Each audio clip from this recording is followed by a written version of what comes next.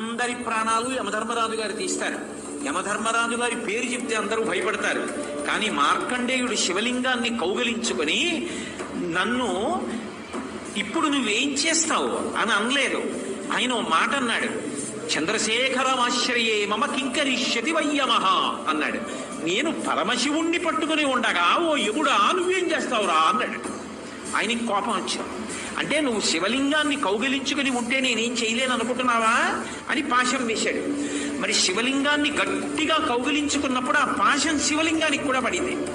పడేటప్పటికి చూశాడు శంకరుడు, నన్ను నమ్ముకుని నన్ను పట్టుకుని నేనుండగా నువ్వు ఏమీ చేయలేవంటూ ఉండగా పాశం వేస్తావా? అంతే ఎడంకాలెత్తి తన్నాడు యమధర్మరాజు గారి యొక్క వక్షస్థలం మీద. అందరినీ చంపే యముడు మరణించాడు.